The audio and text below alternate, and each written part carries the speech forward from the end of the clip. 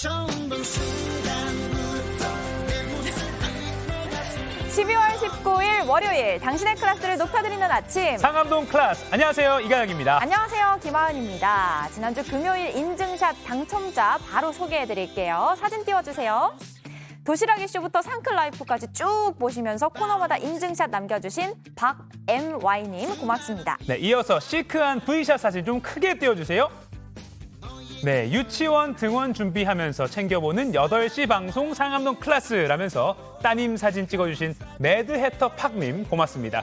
두 분께 영화 관람권 2장씩 보내드릴 예정입니다. 유치원 잘 다녀오세요. 네, 잘 다녀오세요. 네, 오늘도 방송 후에 2분 뽑습니다. 생방송 보시면서 이 화면과 함께 인증샷 찍고 여러분의 인스타그램에 해시태그 샵 JTBC 샵 상암동 클래스 달아서 올려주세요. 네, 네이버 뉴스나 유튜브 JTBC 뉴스 계정으로 이 방송 실시간으로 보실 수 있으니까요. 모두 상클해 주시고요. 오늘도 준비한 게 많습니다. 아르헨티나의 우승으로 막을 내린 카타르 월드컵. 축구 전문 유튜버 페노와 총결산해 드리고요. 네, 오늘 머니클래스에서는 내년에 돈 많이 모으려면 이것부터 하자 짚어드립니다. 또 월요일 대치동 클래스 겨울방학 동안 공부 습관 만드는 비법도 전수해드리겠습니다. 네, 전국이 꽁꽁 얼었습니다. 날씨부터 빨리 챙겨볼게요. 김민지 기상캐스터. 자, 오늘은 서울 광화문 광장에 나가 있네요. 주말 내내 날이 정말 추웠는데 오늘 출근길도 마찬가지죠? 네, 매서운 한파에 전국이 꽁꽁 얼어붙었습니다. 발열내의 2장의 장갑, 핫팩까지 하고 있는데도 몸이 으슬으슬 떨릴 정도로 정말 추운데요. 특히 영하 35도에 가까운 차가운 북극 공기가 우리나라 중부지방 상공에 위치해 있어서 중부지방은 한낮에도 영하권에 머물러 춥겠고요. 체감 온도는 러시아 모스크바보다도 낮아서 더 춥겠습니다. 출근하실 때 대비 단단히 해주셔야겠습니다. 오늘 서울 아침 출근길 영하 11도에서 출발해 어제만큼 춥고요. 내일은 기온이 소폭 오르겠습니다. 현재 중부지방과 전북, 경북 내륙에 한파특보가 발효 중인데요. 오늘 아침 강원도 철원이 영하 21도, 경기 파주가 영하 19도를 기록할 정도로 굉장히 춥고요. 오늘 아침 기온 중부지방이 영하 15도 안팎을, 남부지방도 영하 10도 안팎에 머물러 강추위가 이어지겠습니다. 전남 서부와 제주도를 중심으로 대설특보가 내려진 가운데 이미 호남 군산에는 34cm의 많은 눈이 쌓인 상황인데요. 앞으로 오전까지 호남 서부에 3에서 8cm, 충남 서해안과 제주도에 1에서 5cm의 눈이 더 내리겠고요. 늦은 오후 일시적으로 서해안을 따라 눈이 날리겠습니다. 눈이 내리는 서쪽 지역과 달리 동쪽 지역은 대기가 건조해 불씨 관리 잘 해주셔야겠고요. 전국이 대체로 맑은 가운데 수도권과 강원 영서, 경상 서부에는 가끔 구름 많겠습니다. 현재 서울, 대전 영하 11도, 전주 영하 9도, 창원 영하 7도로 뚝 떨어져 있고요. 낮 기온 서울 영하 3도, 청주 영하 1도, 부산 6도로 기온이 크게 오르지 못하겠습니다. 연일 이어지는 한파의 기세가 정말 대단합니다. 핫팩이나 장갑, 보온 용품으로 체온 조절 잘 해주셔야겠습니다. 날씨였습니다. 네, 보기에도 많이 추워 보입니다. 어제 하루에도요, 눈과 강추위로 인해서 여객기 109편이 결항됐고 여객선은 77척의 운항이 통제가 됐다고 합니다. 오늘도 차질이 있을 수 있다고 하니까요. 미리 잘 확인하셔야겠습니다. 이어서 교통 상황도 알아보겠습니다. 한국도로공사 나와주세요. 네, 앞서 날씨 소식 들으셨죠? 눈이 많이 왔다던 호남 지역의 실시간 모습 궁금하실 것 같은데요. 이렇게 눈꽃이 필 정도로 폭설이 내렸습니다. 무안, 한평, 나주 주변도로 지나실 때는 50%까지도 꼭 감속해 주시고요. 같은 시각 수도권 중에서는 출근 정체가 특히 심한 2곳을 추려봤습니다. 그중에서 이 기흥 부근 정체 이유는 신갈 주변 고장차 때문인데요. 그래서 기흥동탄부터 신갈까지 38분 정도 소요되고 있고요. 이후로도 달래내부터 서초구 원지동을 지나 반포까지 서울 방향으로 어렵습니다. 경부선에서 올림픽대로 이동하는 분도 계시죠? 올림픽대로의 경우는 반포대교 주변에서 양방향 정체입니다. 네, 인천에서 출근하시는 분들 제2경인선 남동 부근 양방면 밀리고 있고요. 성남 쪽으로는 더 가서 일찍에서 광명까지도 속도 내려가겠습니다. 경인선 이용해 국회대로 진입을 앞두셨다면 신월 나들목 부근의 정체 감안해 주셔야겠습니다. 안전띠 모든 좌석에서 착용해 주시고요. 고속도로 교통방송이었습니다. 옷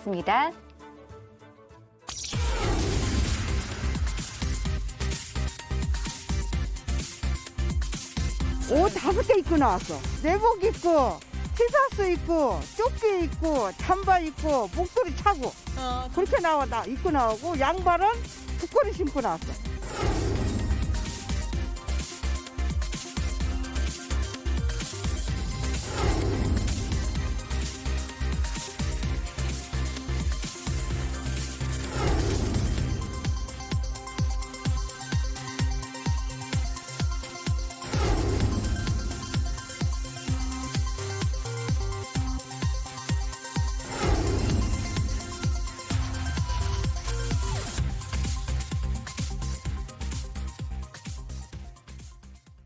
조금 전 날씨 소식 전해드린 것처럼 전국 대부분 지역에 한파특보가 내려진 가운데 매서운 추위가 계속되고 있습니다. 서해안에는 오전까지 최대 8cm의 눈이 더 내리고 전국적으로 어제보다 더 추우니까요. 참고해서 대비해 주시기 바랍니다. 이번 추위는 내일 아침까지 이어진 뒤 낮부터 서서히 누그러지겠지만 주 후반에 다시 또 추워진다고 합니다. 이혜선 기자입니다. 선착장에 묶여있는 배들이 살얼음 사이에 둥둥 떠 있습니다. 한강 가장자리 색강도 꽁꽁 얼어붙었습니다. 주민들은 외투와 모자로 중무장을 하고 종종 걸음으로 걷습니다. 이만한 나이 때는 운동을 해야 면역력도 좋아지고 그러잖아요. 그래가지고 산책 겸 가볍게 운동할 겸 나왔는데 생각보다 너무 추워요. 너무 추워서 손이 감각이 없어요. 조금이라도 추위를 피하기 위해 햇빛이 잘 드는 곳에 피신해 있기도 합니다. 옷 5개 입고 나왔어. 내복 입고, 티셔츠 입고, 조끼 입고, 잠바 입고, 목도리 차고. 그렇게 입고 나오고 양발은 두꺼리 신고 나왔어. 호남 제주와 달리 눈은 오지 않았지만 수도권을 포함한 경북과 전북 지역에는 한파경보와 주의보가 내려졌습니다. 영하 10도 안팎의 강추위가 이어지면서 제 뒤에 폭포도 물줄기를 따라 얼어붙었습니다. 올해는 예상보다 일찍 강추위가 찾아오면서 수도 계량기 동파 사고도 잇따랐습니다.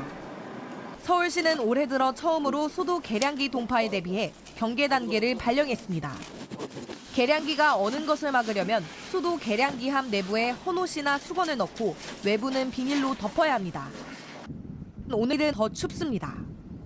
기상청은 야외 활동 시 보온에 각별히 신경을 써야 한다고 당부했습니다. JTBC 이혜선입니다. 우리나라보다 위도상 남쪽에 있는 아열대 지역, 대만에도 한파가 몰아쳤습니다. 올해 첫 한파인데 이틀간 99명이 저체온증으로 사망했습니다. 북부 타이베이 20명, 타오이안 13명 등 전국 각지에서 비외상성 사망자가 다수 발생했다고 대만 언론이 보도했습니다. 대만대 병원은 추운 날씨로 최근 폐렴과 유행성 독감, 신부전과 같은 중증 사례가 20에서 30% 늘었다며 주의를 당부했습니다. 더불어민주당과 정의당, 기본소득당, 야3당이 오늘부터 이태원 참사 국정조사에 본격적으로 착수합니다. 이태원 참사 국정조사 특별위원회는 오늘 오전 10시 반 국회에서 전체 회의를 열고 본조사 일정과 증인 채택 절차를 진행하기로 했습니다. 국민의힘이 예산안을 먼저 처리하자는 합의를 파기한 거라며 반발하는 가운데 예산안 협상에도 변수가 될 전망입니다. 지난주 저희가 도시락 이슈에서 전해드렸던 왕의 죽음 기억하시나요? 빌라와 오피스텔 1,100여 채를 갭투자로 사들이고 수백억 원의 전세보증금을 가로챈 빌라왕 김모 씨가 숨지면서 세입자들의 피해가 우려되는 상황이었는데요. 이런 전세 사기가 늘면서 보증금을 돌려받지 못해 법원에 구제를 요청한 세입자가 역대 가장 많이 불어났습니다. 오원석 기자입니다. 박모 씨는 2년 전 겨울 서울 강서구 한 신축 빌라에 전세로 들어갔습니다. 그때까지만 해도 본인이 전세 사기 피해자가 될 줄은 꿈에도 몰랐습니다. 그 당일에 이제 소유권 이전이 건축주에서 기업으로 넘어간다는 걸 알게 됐어요. 압류가 들어오게 돼서 집주인 김모 씨는 빌라 1,100여 채를 임대해온 이른바 빌라왕이었습니다.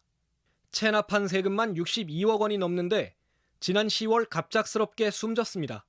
세입자들은 집이 압류돼 보증금을 돌려받지 못하는 상황에서 집주인이 숨져 발만 동동 구르고 있습니다. 이 집에 2년 동안 살고 이제 다른 집으로 옮길 예정이었고 제 전세금을 보전받을 때까지 그냥 이 집에 계속 살아야 되는 상황이 된 거죠.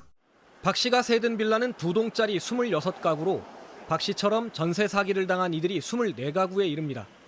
이처럼 보증금을 돌려받지 못해 세입자들이 법원에 임차권 등기 명령을 신청한 건수는 올해 11월까지 서울에서만 3,700건에 달합니다. 매매가가 전세가보다 싼 이른바 깡통 전세 사태까지 확산되면서 구제를 요청한 이들이 지난해보다 26% 늘어난 겁니다. 특히 전국 1만 3,800여 건 가운데 수도권이 70%에 달할 정도로 서울과 경기도 쪽 피해가 컸습니다. 정부는 전세 사기 지원을 위한 합동 법률 지원 태스크포스를 설치하고 세입자들의 보증금 반환을 앞당길 대책을 마련할 계획입니다. JTBC 오원석입니다. 굿모닝 대한민국. 오늘은 뉴질랜드 총리님의 구설수와 관련한 소식으로 시작합니다. 이 정치를 또 다른 표현으로 말로 하는 예술이다라고 하는데요. 그만큼 이 말의 중요성이 누구보다 강조되는 직업이 바로 정치인입니다. 그중에서도 국가 지도자의 말은 그 무게가 남다르겠죠. 그래서 어떤 구설수에 올랐던 거예요? 예, 그럼 일단 우선 화면부터 한번 보시겠습니다. Number 5 in the global list. 예, 너무 짧게 지나갔는데요. 앞서 13일 뉴질랜드 하원에서 아던 총리가 야당 대표를 향해 혼잣말을 한 게 마이크에 탄 건데요. 다시 한번 들어보시겠습니다. 네. 5 in the global list. Thank you, Mr. Speaker. 네, he's such a arrogant bee. 그러니까 의장의 말하고 겹쳐서 잘 안 들리긴 하지만 해석을 하자면 거만한 멍청이라고 말한 겁니다.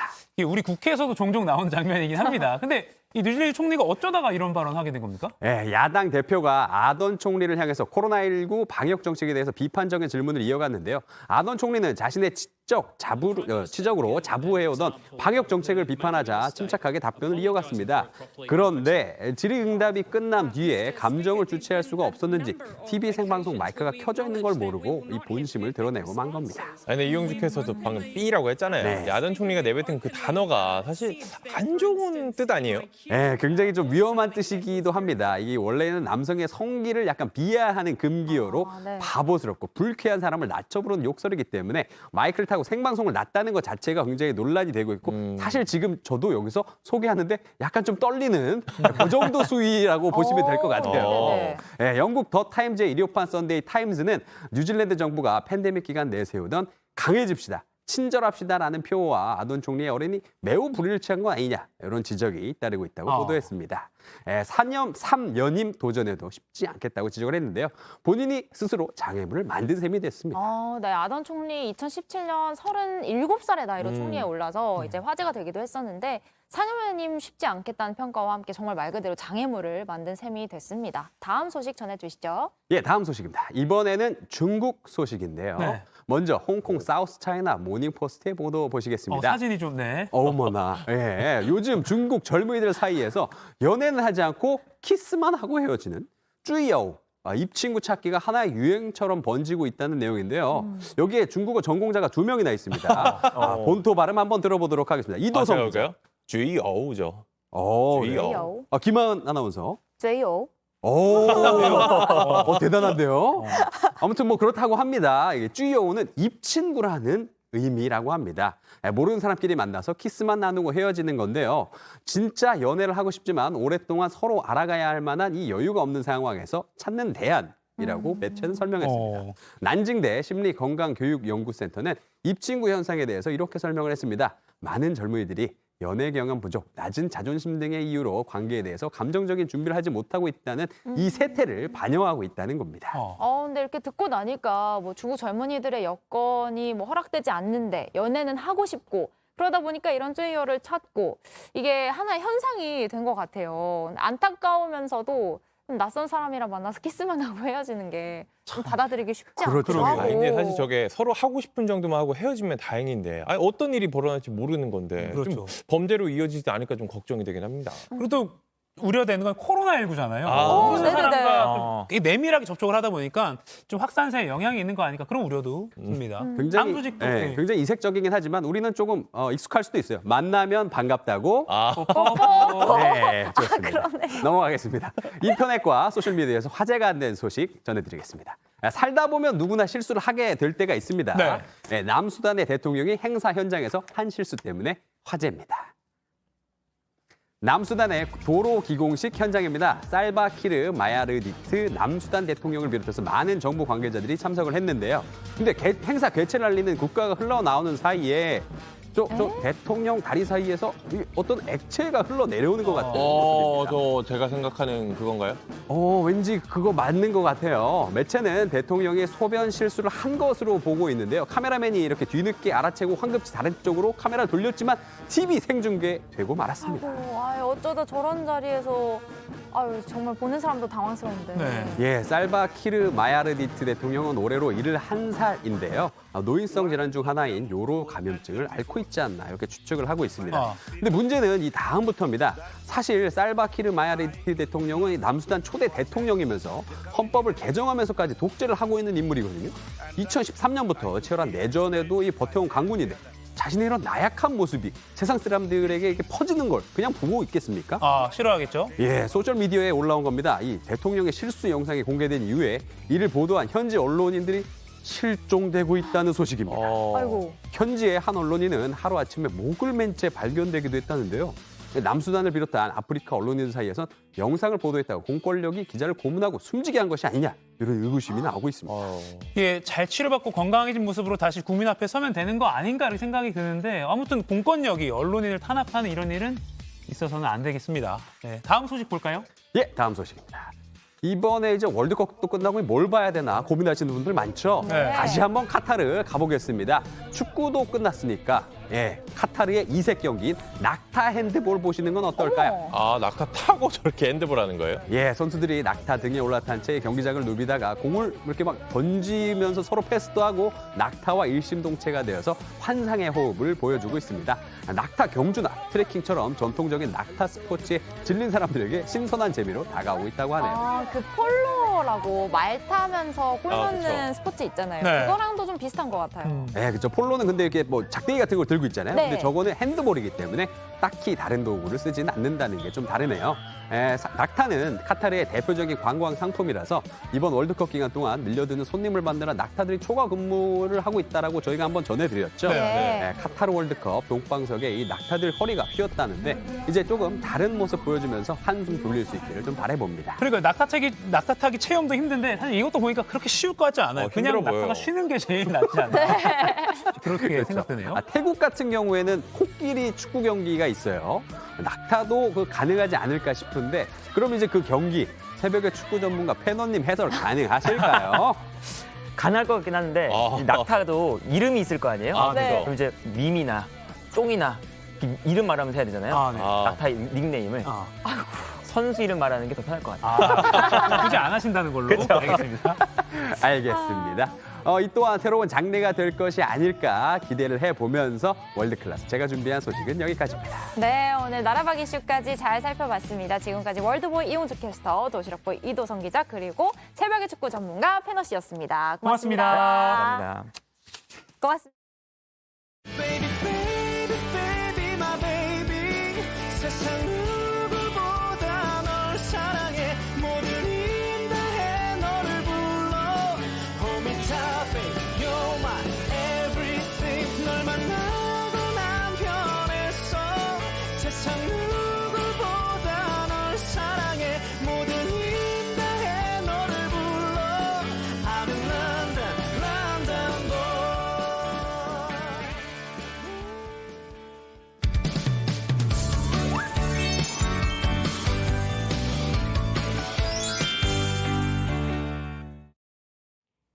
네, 지금 시각 8시 32분입니다. 매일 시청자 2분을 뽑아서 영화 관람권을 드립니다. 오늘 저희 방송 보고 계시다가 재미있는 인증샷 찍어서 여러분의 인스타그램에 올려주세요. 해시태그 샵JTBC 샵상암동 클래스 꼭 함께 달아주셔야 합니다.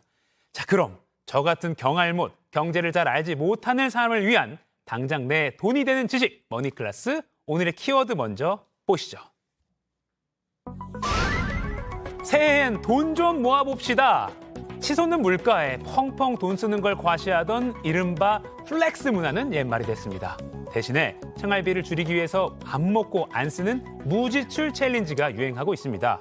그런데 슬픈 건 이렇게 열심히 노력해도 기대만큼 돈이 모이지 않는다는 사실입니다. 게다가 내년엔 경제가 더 어려워진다고 하니까 더 걱정입니다. 어떻게 해야 돈을 잘 모을 수 있을까요? 오늘의 키워드 새해엔 돈 좀 모아봅시다 가지고 이야기 나눠보겠습니다.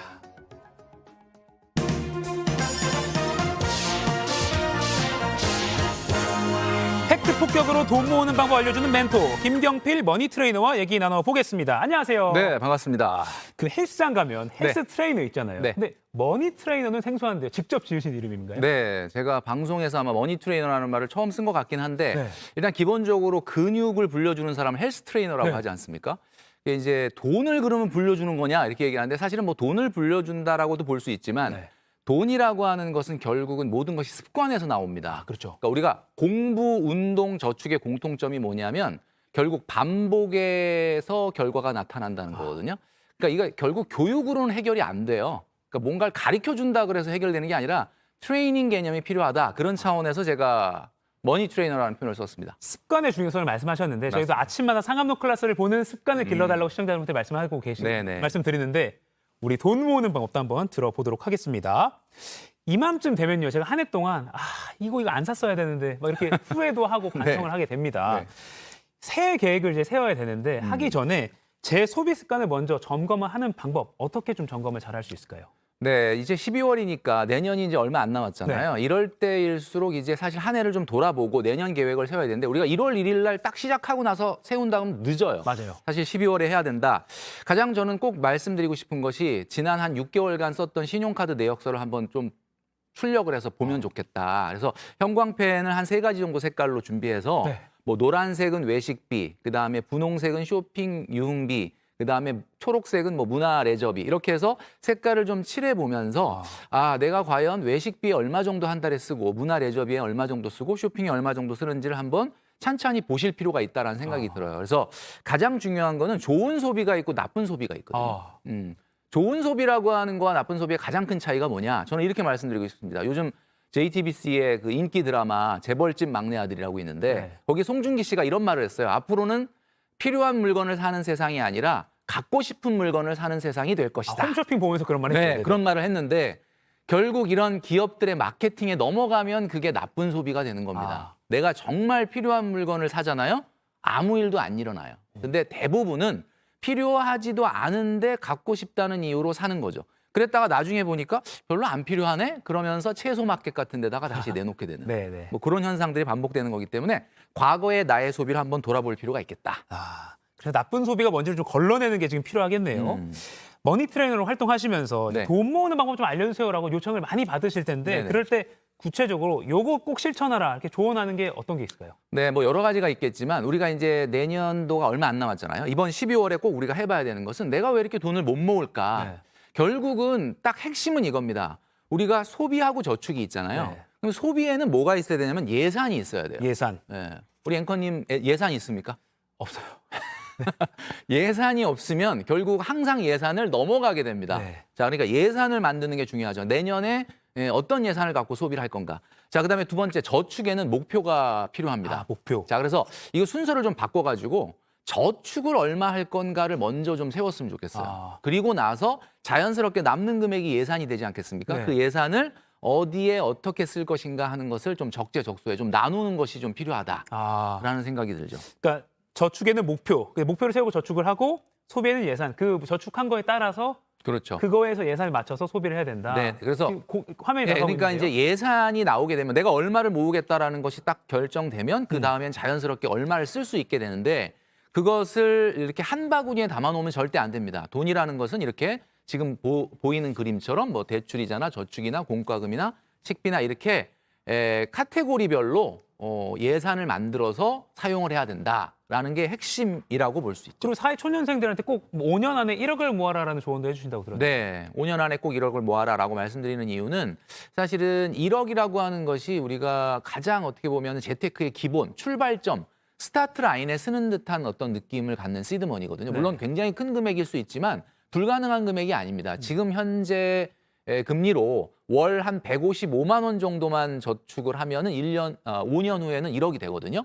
그래서 이것은 월급이 많건 적고를 떠나서 그거를 불문하고 모든 분들이 좀 해야 되는 국민적금이다. 국민적금. 네, 저는 이렇게 이야기하고 싶다라는. 5년에 1억은 일단 사회초년생들 특히 이제 출근 좀 하시는 분들도 있을 텐데 그런 분들은 5년에 1억 딱 세워놓고 가야 되는 거죠. 그렇죠. 예, 뭐 1년에 얼마 모은다보다는 5년에 1억 그러면 일단 금액이 크기 때문에 자존감이 좀 올라가지 않겠습니까? 그 듣는 순간 제 자존감은 떨어지고 있지만 알겠습니다. 5년에 1억 지금이라도 세우겠습니다. 네.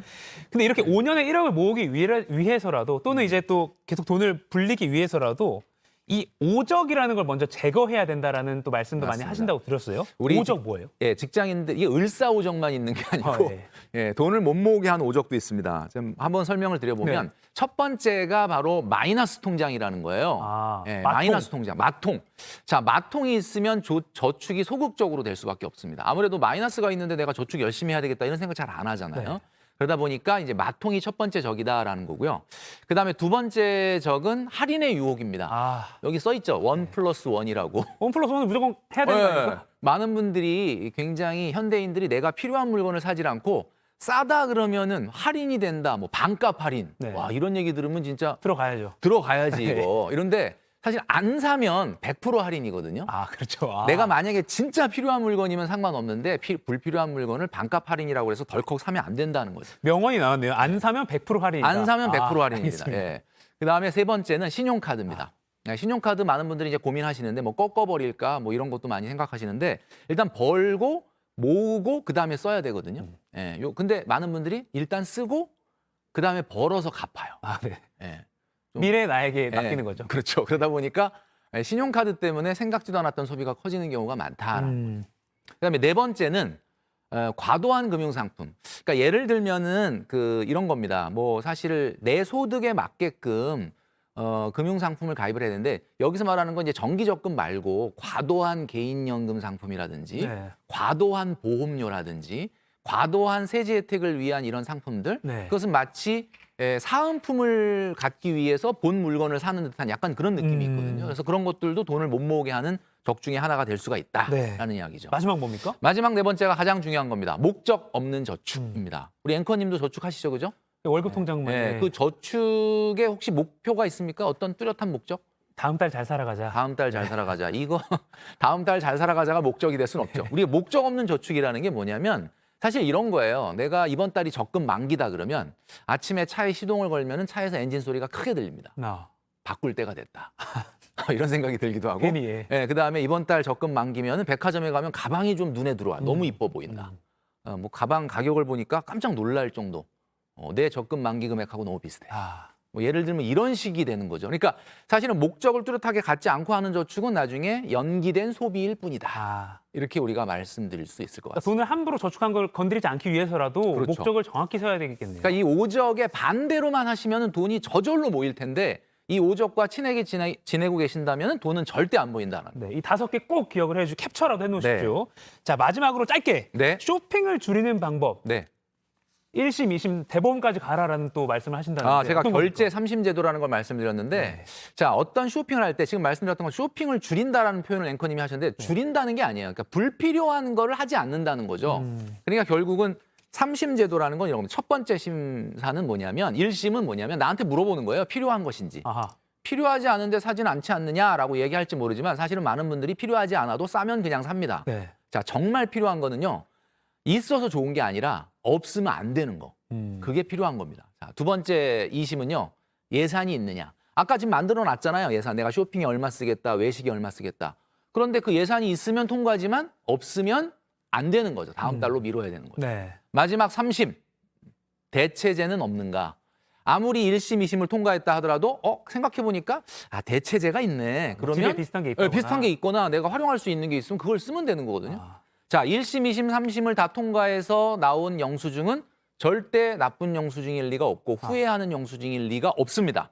예, 이것은 두고두고 정말 잘한 소비가 될 수밖에 없는 거죠. 오늘 좀 굉장히 피해야 되고 살이 되는 그런 조언들 많이 들은 것 같은데 저는 그중에서도 1+1에 속지 말고 안 사면 100% 할인이다. 안 사면 100% 요게 아주 할인. 기억에 네. 남습니다. 잘못된 저축과 또 소비 습관 바로 잡는 방법. 지금까지 머니클래스 김경필 머니 트레이너와 얘기 나눠봤습니다. 고맙습니다. 네, 감사합니다.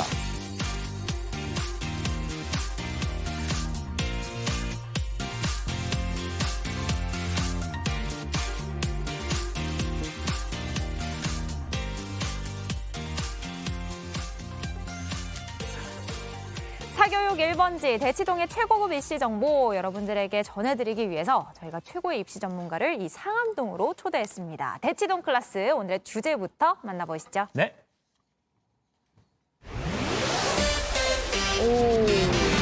긴 겨울방학 공부 습관 키우는 최고의 기회. 이제 곧 학생들 방학이 시작이 됩니다. 맞습니다. 여름방학보다 기간이 더 긴 겨울방학은 학습 습관을 만드는데도 아주 좋은 기회라고 하는데요. 이때 학부모님들이 굉장히 초조해져요. 이거 잘 써야 되는데 이런 생각을 하신단 말이죠. 이번 겨울방학 어떻게 보내면 좋을지 공부 계획 도와줄 분들 모셨습니다. 오늘은 특별히 두 분인데요. 자기주도 학습법으로 서울대에 함께 합격하고 또 지금은 학생들에게 그 비법을 고스란히 전수하고 있는 쌍둥이 형제 강사입니다. 여호원, 여호용 선생님 나오셨습니다. 안녕하세요. 안녕하세요.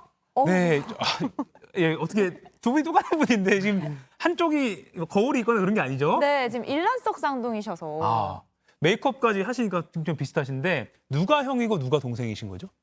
제가 형이고요. 제가 동생인데 네. 형이라고 부르진 않습니다. 그럼 서로 이렇게 자주 다투시고 이러는 건가요? 몇 초 차이로 나오신 거예요? 저희 1분 차이로. 1분 차이로. 그럼 형이라고 하기 좀 억울할 수도 있을 네. 것 같다는 생각이 듭니다. 그래서 알겠습니다. 형이라고 부르지 않고 있습니다. 알겠습니다. 근데 두 분뿐만이 아니라 그 위에 형, 그러니까 삼형제가 모두 서울대에 갔다고 하더라고요. 진짜 쉽지 않은 일인데 집안에 특별한 비법이라도 있는 걸까요? 뭐 특별한 비법이라고 하면 좀 거창한 것 같고요. 근데 저희 어머니께서 공부하는 시기에 맞춰서 좀 필요한 것들을 잘 가르쳐 주셨던 것 같아요. 뭐 예를 들어서 이제 시험 기간에 들어갈 때 먼저 계획을 세우고 공부하는 거라든지 또 공부를 하고 나면 틀린 게 있으면 오답을 다시 풀어봐야 되잖아요. 네. 근데 이런 기본적인 공부 습관들을 어린 아이들은 잘 모르는 경우들이 사실 많거든요. 그래서 그런 기본적인 공부 습관들을 잘 가르쳐 주셨던 게 공부하는 데 도움이 많이 됐던 것 같습니다. 네, 지금 말씀하신 분이 동생인 호용 씨죠? 네. 헷갈립니다. 형은 호원 선생님. 네. 네, 지금 이 방법들을 학생들한테 알려주고 계신데 오늘 특별히 저희 상클 가족분들한테 그 비법 전수해 주시려고 이렇게 오셨거든요. 자, 이번 겨울방학 어떻게 보내야 할지 키워드로 정리해봤습니다. 첫 번째 키워드 만나보시죠. 네. 겨울방학 왜 중요한가요? 겨울방학이 역전의 기회다, 골든타임이다 이런 얘기 정말 많이 하고 저도 수험생 때 이 말을 되게 많이 들었었거든요. 도대체 겨울방학이 왜 중요한가요? 우선 겨울방학 같은 경우는 1년 중에서 유일하게 가장 긴 기간 동안 하고 싶은 걸 할 수 있는 기회라고 보시면 돼요. 그렇죠. 그래서 봄방학까지 합치면 사실상 거의 2달 가까이가 되거든요. 그렇기 때문에 평소에 본인이 뭐 미진한 학습 부분이 있었다던가 아니면 뭐 선행이라던가 심화 학습을 제대로 할 수 있는 1년 중 유일한 기회다. 네, 이런 측면에서 중요하다고 이해하실 수 있을 거예요. 사실 학기 중에는 또 뭐 학교 뭐 따라가고 이런 것 때문에 바쁜데 방학 됐으니까 좀 소위 말해서 딥하게 뭐 나 이거 좀 파서 좀 이번에 만회해 보자 그럴 수 있는 기회가 아닌가 싶은데 그런데 또 반대로 생각해 보면 겨울방학 길다 보니까 날씨도 춥고 규칙적인 생활을 하기가 힘들어요. 근데 그 규칙표를 이렇게 좀 촘촘하게 세워야 되냐면 어떻게 해야 되나요? 세우는 게 상당히 중요하다고 말씀드릴 수 있을 것 같은데요. 아무래도 이제 겨울 방학 때 시간이 많아지다 보니까 그 시간을 제대로 활용하지 못하는 친구들이 정말 많아요. 그런데 규칙적인 계획 시간표를 가지고 있는 게 되게 중요한 이유가 좀 쉽게 비유를 들어서 설명해 드리면은 공부를 정말 하기 싫어하는 친구들도 학기 중에 매일 아침 학교를 가잖아요. 근데 사실 그 매일 아침 무언가를 반복적으로 실천한다는 건 되게 어려운 일이거든요. 근데 공부를 아무리 하기 싫어해도 그걸 한단 말이죠. 근데 그거는 이미 해야 될 규칙으로 딱 정해져 있기 때문에 고민할 필요가 없어서예요. 매일 아침 일어나서 내가 오늘 학교를 가야 되나 말아야 되나 고민이 되면은 당연히 가기 싫을 거잖아요. 근데 안 갈 수 있는 선택지가 없게 규칙으로 만들어져 있기 때문에 그렇게 실천이 되는 거거든요. 그래서 방학 기간 중에도 내가 목표하는 게 있으면 그걸 하기 위한 시간표를 짜두고 그거를 딱 무조건 해야 되는 규칙으로 만들어 두면은 훨씬 더 쉽게 목표를 달성할 수 있을 것 같습니다. 그렇다면 이 겨울방학 공부 시간표 짜는 꿀팁이 있을까요? 네, 보통 시간표 짜는 거를 되게 어려워하세요. 막막하거든요. 근데 사실 계획표 짜는 게 되게 단순해요. 어떻게? 두 가지만 기억하시면 되는데 첫 번째는 해야 할 것이고요. 두 번째는 언제 할지. 언제 할지요? 네, 이 두 가지가 끝이라고 보시면 되는데요. 예를 들면 이런 거예요. 겨울방학 동안에 만약에 뭐 수학 문제집 한 권을 풀겠다라고 목표를 정했으면 수학 문제집에는 문제 수가 몇 문제 있는지 저희가 알 수가 있잖아요. 예를 들어 만약에 1200문제가 있다고 쳐볼게요. 그러면은 겨울방학 2달이니까 60일로 나누면 하루에 20문제가 되겠죠. 네. 그리고 한 문제당 푸는데 걸리는 시간을 한번 계산을 해보는 거예요. 풀어보면 되겠죠. 그렇죠? 그러면은 한 문제당 만약에 3분이 걸린다. 그러면 20문제 곱하기 3분 하면 1시간이 되잖아요. 그렇죠? 그러면 내가 이번에 문제집 한 권을 풀기 위해서 하루에 수학 1시간 동안을 하면서 20문제를 풀면 되겠다. 이렇게 과목별로 하루에 할 양이 나오는 거거든요. 그래서 그거를 그냥 몇 시에 할지 정하기만 하면 그게 바로 시간표가 된다. 예, 이렇게 이해하시면 될 것 같습니다. 시간을 좀 어느 정도 정해 놓는 것도 좋은 거군요. 네. 알겠습니다. 해야 할 일, 그리고 언제 할지. 그리고 그 전에 계획을 세워야 되는 이유는 그러니까 해야 될지 말아야 될지 고민하지 말고 학교 가는 것처럼 방학에도 이거는 해야 된다라고 딱 내 마음을 잡기 위해서. 네. 알겠습니다. 공부하는 장소도 중요하잖아요. 요새 뭐 학원은 좀 코로나 때문에 집이 더 편하다는 친구들도 많이 있고, 근데 또 뭐 스터디 카페, 아니면 난 이렇게 벽이 있는 독서실이 좋아. 장소도 많이 중요할 것 같은데 장소는 어떻게 좀 정하면 좋을까요? 네, 공부하는 장소 되게 중요한데요. 그거는 이제 아이들의 성향에 따라 다른 것 같습니다. 어떤 친구들 같은 경우는 집에서도 집중을 잘하는 친구들도 있거든요. 그러면 당연히 이제 이동 시간도 아끼고 집에서 공부를 하면 되는데 대부분의 아이들은 사실 집에서 잘 못해요. 맞아요. 왜냐면은 침대도 있고 뭐 컴퓨터도 있을 수 있고 요리하면 또 요리 냄새 나고. 그렇죠. 방해 요소들이 워낙 많다 보니까 집에서 잘 못하는 친구들이 대부분이죠. 그래서 그런 친구들 같은 경우에는 말씀해 주셨던 것처럼 뭐 스터디 카페나 독서실에서 가서 공부를 한다든지 아니면 요새는 그 학원에서 자율학습실을 개방해줘서 관리하면서 공부를 시켜주는 프로그램들도 많이 있거든요. 감독을 해주세요? 네, 맞습니다. 예, 독서실 같은 경우는 가서 혼자 해야 되다 보니까 가서 그냥 이렇게 잘 수가 있잖아요. 그래서 관리해주는 그런 자율학습실 프로그램들을 잘 활용해보는 것도 좋을 것 같습니다. 자율학습실 프로그램이 있군요. 네, 그런 프로그램은 전 처음 들어봤거든요. 근데 사실 저는 조금 궁금한 게 공부만 할 수는 없잖아요. 근데 다른 활동도 그 시간표에 넣으셨었는지 궁금해요. 네, 실제로. 네. 뭐 노래방, 코인 노래방 가기 뭐 이런 거.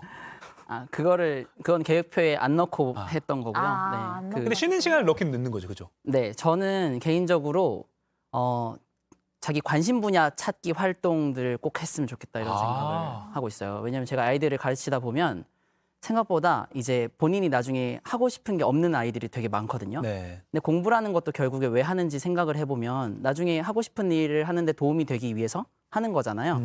근데 그 목적이 없다 보면 사실 공부하는 것도 무의미하게 느껴질 수가 있거든요.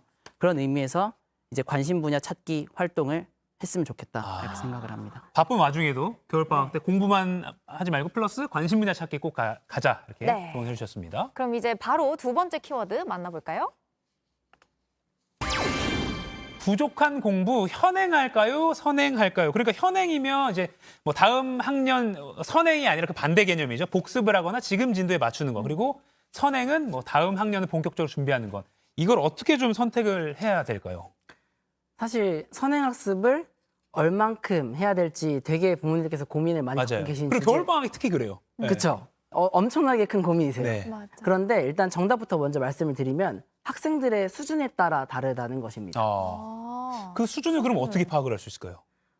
그 수준을 파악하는 방법은 공부하는 교재를 기준으로 판단할 수 있어요.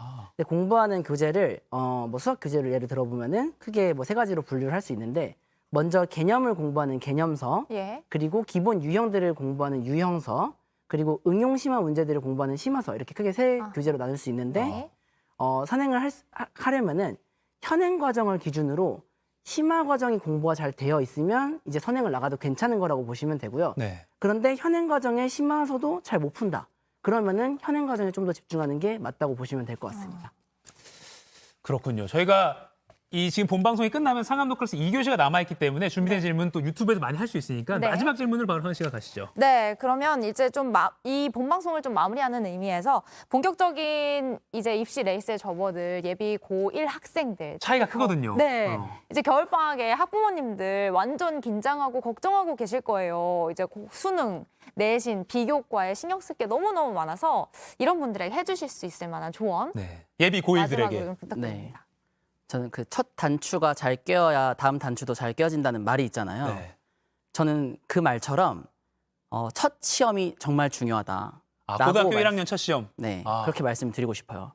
그래가지고 이제 근데 간혹 부모님들께서 고등학교 가면 할 게 많은데 미리 해놔야지 해서 2학년 거, 3학년 거를 미리 땡겨서 많이 시키시거든요. 근데 그렇게 하다가 첫 시험을 망치는 경우를 정말 많이 봤어요.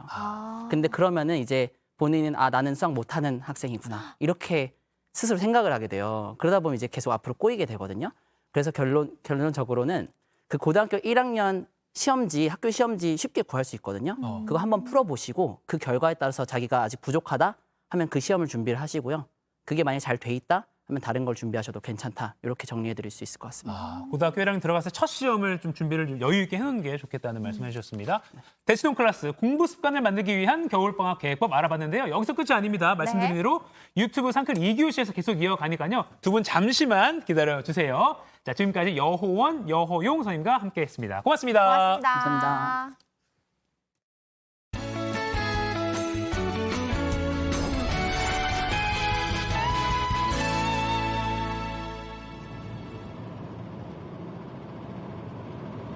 시간이 지날수록 추위가 더 강해지고 있습니다. 입에서 나온 입김이 이 추위를 말해주는 것 같은데요. 발연의 두 장에 장갑까지 했는데도 몸이 으슬으슬 떨리고 발도 꽁꽁 얼어서 움직이기 힘든 상황입니다. 출근하실 때 대비 단단히 해주셔야겠습니다. 현재 중부지방과 전북, 경북 내륙에 한파특보가 발효 중인 가운데 대부분 지역에 한파경보가 내려졌고요. 오늘 아침 강원도 철원이 영하 21도, 경기 파주가 영하 19도를 기록할 정도로 굉장히 춥습니다. 오늘 아침 기온 중부지방이 영하 15도 안팎을, 남부지방도 영하 10도 안팎에 머물러 강추위가 이어지겠습니다. 전남 서부와 제주도를 중심으로 대설특보가 내려진 가운데 이미 전북 군산에는 34cm의 많은 눈이 쌓인 상황입니다. 앞으로 오전까지 호남 서부에 3에서 8cm, 충남 서해안과 제주도에 1에서 5cm의 눈이 더 내리겠고요. 늦은 오후 일시적으로 서해안을 따라 눈발이 날리겠습니다. 눈이 내리는 서쪽 지역과 달리 건조특보가 발효 중인 동쪽 지역의 대기는 계속해서 건조하겠습니다. 동해안을 따라 내일 오후까지 바람도 매우 강하게 불어서요. 춥고 건조한 날씨에 불씨 관리도 잘 해주셔야겠고요. 전국이 대체로 맑은 가운데 수도권과 강원 영서, 경상 서부에는 가끔 구름 많겠습니다. 현재 서울, 대전 영하 11도, 전주 영하 9도, 창원 영하 7도로 뚝 떨어져 춥겠고요. 낮 기온 서울 영하 3도, 청주 영하 1도, 부산 6도로 기온이 크게 오르지 못하겠습니다. 오늘 강추위는 내일 아침까지 이어져 중부지방도 한낮에 영상권을 회복하겠고요. 수요일에 전국적으로 비나 눈이 지나가고 나면 다시 기온이 떨어져 춥겠습니다.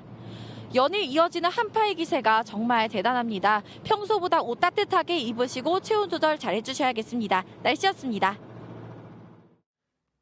네, 잠시나마 추위를 잊게 해줬던 카타르 월드컵도 이제 막을 내렸습니다. 네, 진짜 이 계절을 잊게 할 만큼 열기가 뜨거웠던 월드컵이었는데요. 세계인들의 축제는 끝났지만 상클은 계속됩니다. 네, 저희가 사진 하나 끝으로 소개해드릴게요. 사진 띄워주세요. 네, 인증샷 참여자는 아니었지만요. 영국 런던에서 유튜브로 상클 보셨다고 알려오신 시청자분이 계십니다. 이 런던의 상징 시계탑 빅벤 앞에서 상클 보고 계신 모습인데 야, 멀리서도 함께해 주신 이 사진 보내주신 준형님 정말 고맙습니다. 저 런던 안 가봤는데 덕분에 가본 런던에 느낌이에요.